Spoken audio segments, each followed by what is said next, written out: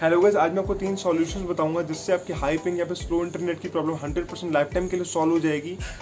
और कोई भी उपरांत ट्रिक नहीं बताऊंगा, एक जेन्युइन ट्रिक बताऊंगा जो मैं खुद यूज़ करता हूं, जिससे मेरी पिंग 50 से 80 के बीच में रहती है और जिससे डाउनलोडिंग अपलोडिंग स्पीड भी बढ़ जाएगी और आपका इंटरनेट तेज़ हो जाएगा। तो सबसे पहले अब ये समझ लो कि पिंग क्या है। पिंग खाली इतना है कि पिंग ये बताती है कि आपका इंटरनेट कैसा चल रहा है, आपकी इंटरनेट की स्पीड कैसी है। अगर पिंग आपकी 50 से 100 के बीच में है तो इंटरनेट आपका एक नंबर चल रहा है। ये पिंग 50 से 100 से बढ़कर 1000 तक भी जाती है। तो जितना पिंग हाई जाएगी उतना इंटरनेट आपको स्लो होगा, डाउनलोडिंग अपलोडिंग स्पीड स्लो हो जाएगी। अब जो पबजी खेलते हैं उनको बहुत अच्छे से मालूम है कि पिंग क्या होता है, पर इसको नहीं मालूम फिर भी बता देता हूँ। और पबजी और नॉन पबजी वालों जो पबजी नहीं खेलते उनके लिए भी बताऊंगा। पहले पबजी वालों के लिए समझ लो। पबजी वाले जब मैच में एंटर कर जाते हैं तो लेफ्ट हैंड साइड पे वहाँ पे लाइव पिंग चल रही होती है, तो वो बताती है वहाँ पे कि आपका इंटरनेट कनेक्शन कैसा है। देन जो पबजी नहीं यूज़ करते हैं मैं उनको बता दूँ, आपके लिए मैंने एक ऐप बताई हुई है जिससे आप ये मेज़र कर पाओगे आपकी पिंग कैसी चल रही है अभी। तो जहाँ भी होगी पिंग अच्छी आ रही है वहाँ जाके आप बैठ सकते हो, चला सकते हो। इसके बारे में आपको भी आगे बताऊँगा कि पिंग को कम कैसे करें। तो सबसे पहले ये समझते हैं कि देखो, जो पिंग होती है उसके बगल में टावर रहता है, फिर नंबर्स लिखे रहते हैं, फिर MS लिखा रहता है। तो जो नंबर्स होते हैं 50 से लेकर आपको 1000 तक जाती है पिंग आपकी। तो उसके बगल में ग्रीन टावर लगा रहता है। अगर 50 से 100 के बीच में तो टावर ग्रीन है, उसके बगल में लिखा रहता है इतने नंबर्स 50 MS 70 MS ऐसे। MS मतलब होता है मिली सेकेंड्स। ये वैसे पानी को अपन लीटर में नापते हैं, तो वैसे इसकी भी एक ही फ्रिक्वेंसी है, ठीक है। तो ये तो हो गया पिंग। अब नेक्स्ट टॉपिक की ओर चलते हैं कि हमारी फ़ोन की पिंग 50 से 60 से नीचे क्यों नहीं आती। देखो, इतना आप समझ लो, ये एक मिथ है कि हमारे जो ब्रॉडबैंड यूज़ करते हैं उनकी पिंग आती है 17 से लेकर 30 तक। पर कई यूट्यूबर्स क्या करते हैं, उनका स्क्रीनशॉट लेके पिंग में फर्जी सेटिंग्स बताते हैं कि आप ऐसा कर लो वैसा कर लो, आपका जो पिंग है 17 से लेकर 30 18 20 आ जाएगी। पर ऐसा पॉसिबल नहीं है। हम सेलुलर डेटा यूज़ करते हैं, सिम से डेटा यूज़ करते हैं, सिम से इंटरनेट यूज़ करते हैं, इसलिए हमारी पिंग 50 से नीचे नहीं आ सकती। मेरी लास्ट पिंग आज तक 48 गई है। तो 50 बहुत, मतलब मैंने सही बोल दिया कि बहुत अच्छा इंटरनेट चल रहा है। पर भी अगर वो स्टेबल नहीं रहता है, 50 55 60 ऐसे होते रहता है, पर तब भी 60 70 भी बहुत अच्छी स्पीड है। और कई लोग ये भी बोलते हैं भाई कि हमारा इंटरनेट कनेक्शन बहुत अच्छा है, तो भी इससे नीचे पिंग क्यों नहीं आती। वो यूट्यूबर तो बता रहे हैं कि आपकी पिंग तो 17 से 18 तक जाती है। ऐसा नहीं होता है भाई, आप ब्रॉडबैंड यूज़ करोगे तभी उतनी नीचे पिंग जाएगी, नहीं तो उससे नीचे पिंग नहीं जाएगी। और कोई भी ऐसे टिप्स और ट्रिक्स के पीछे मत पड़ना, मैंने ये सब अप्लाई की हुई है इसलिए आपको बता रहा हूँ। तो थर्ड टॉपिक की बात करते हैं। थर्ड टॉपिक है आपका बैकग्राउंड ऐप्स। देखो, बैकग्राउंड ऐप्स को अपन बैकग्राउंड में बंद तो कर देते हैं, पर उसकी नोटिफिकेशंस तो आती है ना। अगर नोटिफिकेशन आ रही है मतलब बैकग्राउंड में उसका रन हो रही है, डाटा हमारा ले रही है, मतलब हमारा 10 से 20% इंटरनेट जो है, 10 से 15 ऐप्स जो होते हैं इसमें हम लोग को नोटिफिकेशंस आती हैं। जैसे क्रोम हो गया, आपका व्हाट्सएप, फेसबुक, इंस्टा वगैरह हैवी एप्लीकेशन है, इससे हम लोग को नोटिफिकेशंस आती हैं। मतलब नोटिफिकेशंस आ रही हैं, मतलब आपका नेट कहीं ना कहीं यूज़ हो रहा है और बैकग्राउंड में ये ऐप्स रन कर रही हैं। आपको 20-30% जो डेटा और जो इंटरनेट है ये यूज़ कर रही हैं। अगर वो कनेक्टिविटी आपको, अगर आपके मेन पबजी या जो भी आप मेन काम कर रहे हो ऑनलाइन का, चाहे गेम खेल रहे हो चाहे पबजी खेल रहे हो या फिर आप कोई मूवी वगैरह देख रहे हो, डाउनलोडिंग कर रहे हो, अगर वो पूरा डेटा आपको उसमें मिले तो आपकी स्पीड तेज़ हो जाएगी, आपका काम जल्दी खत्म होगा।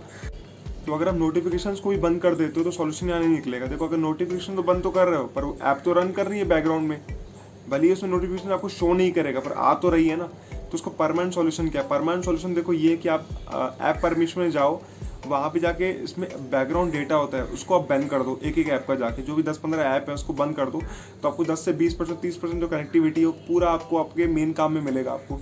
या फिर आप काम कर सकते हो, एक ऐप है इंटरनेट गार्ड, आप स्क्रीन में देख रहे होगे। इसमें क्या करना है आपको, इसमें जो ये वाईफाई और जो ये नेट का कनेक्शन, जो टावर का निशान दिया है, उसको दोनों में क्लिक करना है, ऊपर टॉगल ऑन कर देना है। किसी में देखो टॉगल ऑन करने के बाद ऊपर VPN दिखाएगा, किसी में नहीं दिखा रहा है। मेरे दोस्त में दिखा रहा था, मेरे में नहीं दिखा रहा है। इससे कोई फ़र्क नहीं पड़ना। तो अगर VPN दिखाए तो ये VPN नहीं है। ये क्या करेगा, आपकी इंटरनेट कनेक्टिविटी को आप जितनी देर तक डिसेबल करना चाहते हो उतनी देर तक डिसेबल कर देगा। आपको उसकी नोटिफिकेशन सेंड नहीं करेगा उनकी। पर अगर ऐप को आप ओपन करोगे तो आपको नोटिफिकेशन आएंगी, ठीक है। अगर जब तक ऐप को आप ओपन नहीं करो, इंटरनेट भले आपका चालू है, तब तक नोटिफिकेशन आपको नहीं आएंगी। तो ये बढ़िया बात है। इससे क्या होता है, 10 से 20% 30% जितना भी इंटरनेट है वो आपको आपके मेन काम में मिलता है आपको, जिससे कि इंटरनेट कनेक्टिविटी बूस्ट हो जाती है।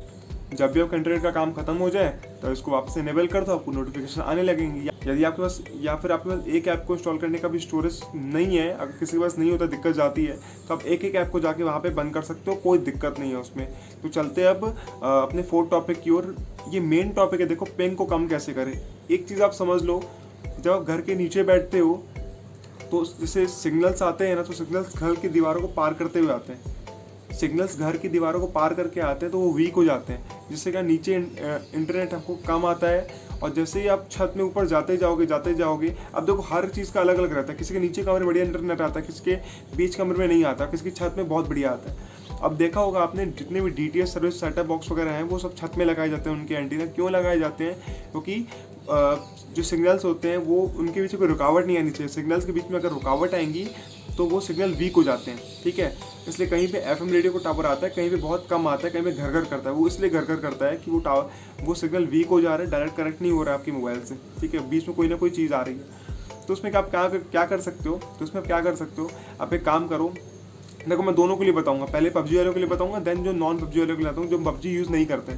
PUBG वाले क्या करते हैं, किसी भी मैच में एंटर हो जाए अपने PUBG में और किसी घर में जाके छुप जाए वहाँ पे, अपनी फ़ोन को ट्रैवल करे घर में लेके, मतलब देखे कहाँ सबसे कम पिंग आ रही है, 1-1 2-2 मिनट वहाँ पे रुके, अपने घर के चारों कोनों में जाके देखे कहाँ सबसे कम पिंग आ रही है, उसको नोट करते हैं कि हाँ भाई इस कोने में सबसे कम पिंग आ रही है, इस जगह पे सबसे कम पिंग आ रही है। 2 या 3 जगह बना ले। अब जिस जगह पे कभी लोग बैठे हैं आप दूसरी जगह जाके बैठ लिए, आपका काम हो गया। अब जो नॉन PUBG यूज़ कर रहे हैं तो उनके लिए एक ऐप है स्पीड चेक प्रो। देखो ये बहुत एक्यूरेट ऐप बताती है।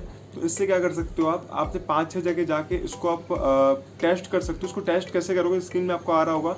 जब इसको ओपन करोगे, टेस्ट करोगे तो दोबारा आपको वो रीटेस्ट का ऑप्शन नहीं दिखाएगा। तो उसको बंद नहीं करनी है आपको, एक बार दोबारा ऐप के बाहर आ जाओ, फिर दोबारा उसके अंदर जाओ, तो आपको फिर वो टेस्ट करने के लिए बताएगा। तो इस तरीके से आपके घर के हर कोने को टेस्ट करो, कहाँ सबसे कम पिंग आ रही है, वहाँ पे अपना काम कर लो इंटरनेट से जो भी रिलेटेड है। तो ऐसे हेल्पफुल और इन्फॉर्मेटिव वीडियोस डेली देखने के लिए मेरे चैनल को अब भी सब्सक्राइब करो, बेल आइकन को ज़रूर प्रेस करना। बड़ी उंगली मारो चाहे छोटी, भाई सब्सक्राइब ज़रूर कर देना। उस लाल वाले बटन को बगल में घंटी वाला बटन उसको ज़रूर दबा देना।